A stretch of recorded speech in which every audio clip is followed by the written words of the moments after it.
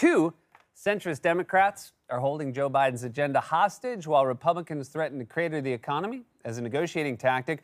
Oh, and also we found out that the previous president called a White House aide from Air Force One to defend the size of his penis. And I know one of those stories is bigger than the other, but we can do both.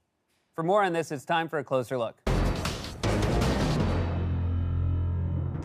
No, I just meant that one of the stories is bigger than the other.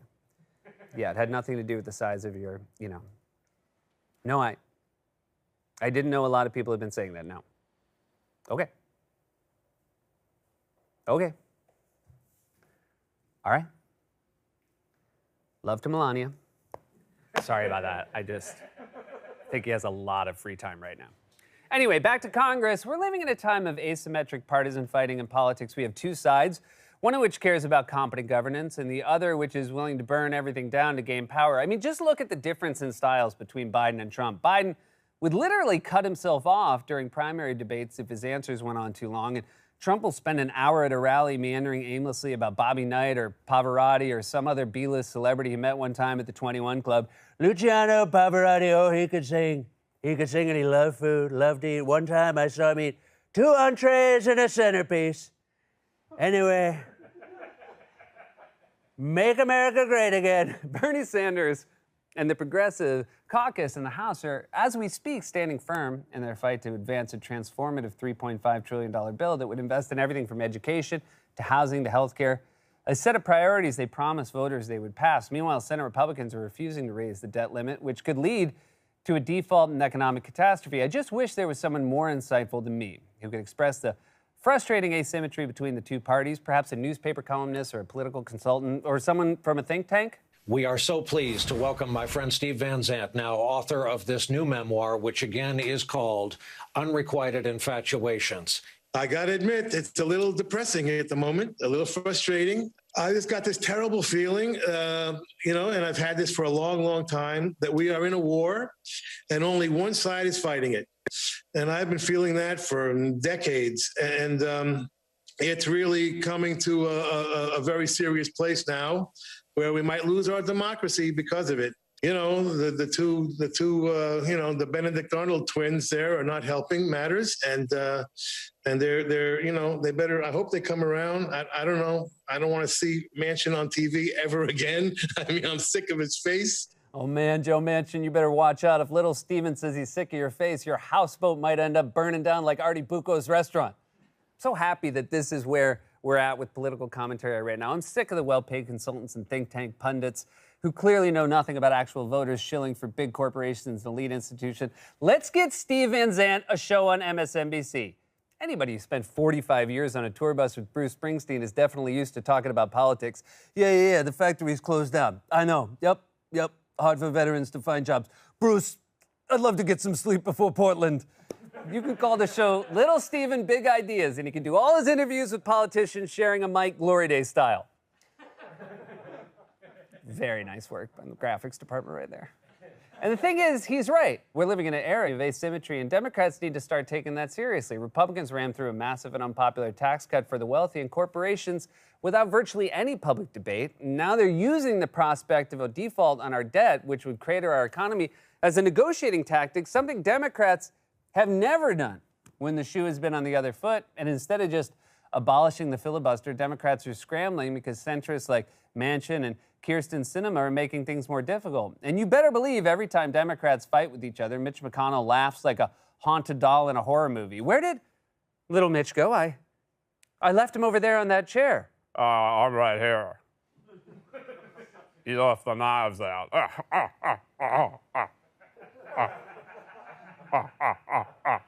That's why we need little Steven in D.C. Hey, I hear you got a problem with a freaking haunted doll or something. Maybe he needs a whack upside the head. That's my impression of him from Lillehammer. I mean, you've got two senators, Joe Manchin, who's been called a kingmaker by fossil fuel executives and personally profits from the coal industry, and Kyrsten Sinema, who's raked in hundreds of thousands in donations from Big Pharma and has been raising money from business groups, holding up a bill that would tackle climate change, establish paid family leave, make community college tuition free, transform childcare, and expand access to health care, among many other things. Name one thing in this bill you think is unpopular. paid family leave, child care tax credit, dental benefits for Medicare. You think people like shelling out for dental care? So on top of spending an hour strapped to a chair watching old episodes of Maury on a TV suspended from the ceiling while a hygienist peels back your gums with an ice pick, floss shaming you in a Russian accent, you have to beg your insurance company to cover it? One time I got so annoyed with my dental insurance, I said it and let all my teeth rot. These are just dentures. When I'm not on the air, I look like this. Okay, guys. I thought it was going to be different. Guys, you gotta show me the graphics before the show. Is there another version we can use that's not as jarring? Don't you ever give me Rudy teeth! And there's so much emphasis on the top line price tag as if that matters to anyone. First of all, it'll be paid for by taxing the rich. But more importantly, instead of complaining about an abstract number that doesn't mean anything to anyone, why don't you name one actual thing in this bill you don't like and would cut? Something Manchin and Sinema have refused to do. That's a point Bernie made recently. You ask me about compromise. I have compromised. The bill that should have been passed, in my judgment, was a $6 trillion bill. If you take climate change into consideration, that's the kind of money that we need. We've already made a significant compromise. But would Senator, you consider a number less than $3.5 trillion? No, right. Look, we're talking about numbers. You tell me what we should cut. Tell the working families of this country that we don't need to make child care affordable. Tell the American people and the younger people that we should not address the crisis of climate change and try to save the planet. Tell the homeless people that we should not build affordable housing. Tell the young people that we should not make community colleges tuition free. I like when Bernie takes on the energy of a volunteer at the co-op when they raise prices. How about you tell people that Gala apples are suddenly $2.99 a pound and that the Swiss chard is now more expensive than a trip to Disneyland? Excuse me, while I sell my kidney on the black market so that I can afford to purchase a tablespoon of quinoa. Now, on one hand, even though I think he's incredibly wrong and self-serving and destructive, you can at least kind of understand where Manchin is coming from. Politically, he represents a red state. Trump won by 40 points. But Sinema, what are you doing? Joe Biden won Arizona. The cyber ninjas proved it. And if we can't trust the cyber ninjas, who can we trust? I mean, don't tell me you're listening to Rudy Giuliani on the Arizona audit. This chart is almost exactly the chart that I put out 8 months, that I gave to 8 months ago. It has a couple of things, a few less. I mean, we had about 11,000 dead people they don't seem to have found. Just so you know, I think dead people, and I don't think illegal aliens, which was your biggest category, have been gotten to yet. This is just 50,000 in these categories, 60,000. This is not necessarily about the machines. This is about what you've always talked about, Steve.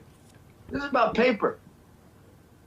This isn't machines. This is basically, what's the biggest category here? Mail-in votes without ballots received. That means it's phony paper. Phony paper, like your law license. I do appreciate that Rudy always uses visual aids, though. He's like Carrot Top, but instead of protein shakes, he lives on a steady diet of lead paint chips. Phony paper is also what Rudy uses when he tries to make a bank deposit. Sir, this is Camel Cash. I want to put it in my savings account. Also, this is a blood bank. Oh, well, in that case, I need 2 pints, ASAP. Also, why is he making that face? Did he think the camera was a mirror? Was he seeing his teeth for the first time? My dental plan only covers the tops.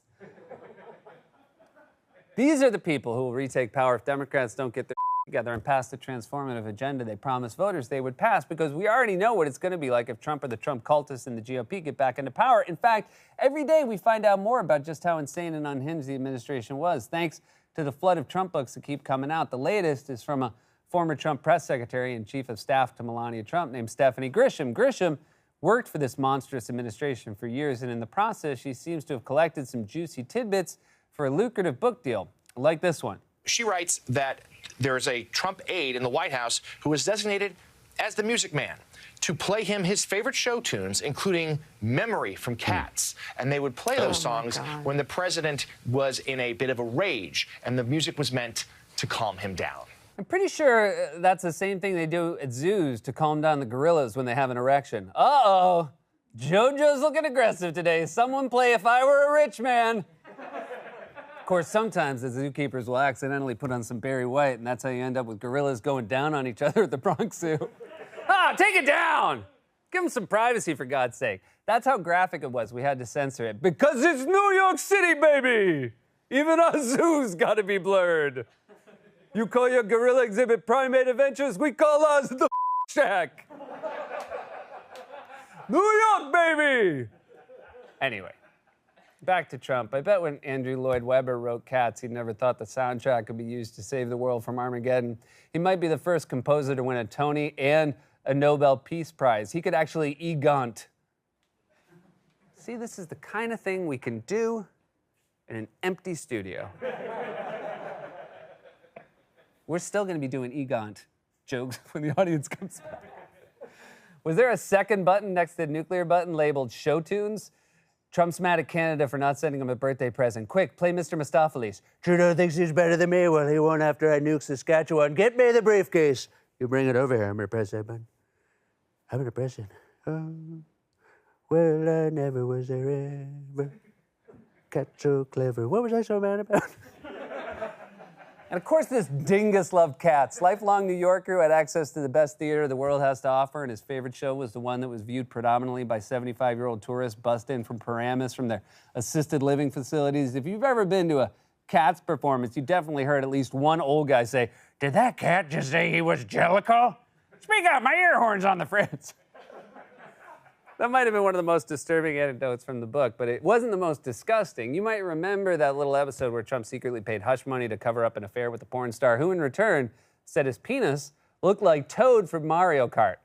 Memory, all alone in the moonlight. Anyway, Grisham also says in her book that after Stormy Daniels said that, Trump called Grisham from Air Force One to refute the story. Grisham claims that Trump tried to assure her that his equipment was normal after Stormy Daniels described it as a character in Super Mario Brothers. Normally, when someone makes a call from a plane, it's to say something like, "We just landed," or "Tell Grandma I'll be there soon," not "That porn star was lying and my doink doesn't look like a Nintendo character." So to recap, the President of the United States used a secure phone line relayed through like 7 different satellites with some of the most sophisticated technology in the world to tell his White House aides that his penis wasn't weird. I'd like to think that each satellite exploded upon relaying the news. And that's what it looked like. This is what we're facing if centrist Democrats like Manchin and Sinema don't stop holding Joe Biden's agenda hostage. Biden and Democrats promised voters a transformative program that would invest in everything from healthcare to childcare to housing to infrastructure. And now they're trying to deliver on that promise. If they fail, it's very possible we'll be looking at another 4 years of Trumpism, whether it's Trump himself or one of his wannabe cultists. Those are the stakes, and they're very real. But centrist Dems, backed by corporate interests, are treating this like it's a game, like they're a character in Super Mario Brothers. This has been A Closer Look. God's Love We Deliver cooks and brings over 2 million meals a year to men, women, and children living with HIV/AIDS, cancer, and other serious illnesses, and they need your help now more than ever. If you're watching this online, you can hit the donate button. Stay safe, get vaccinated. We love you.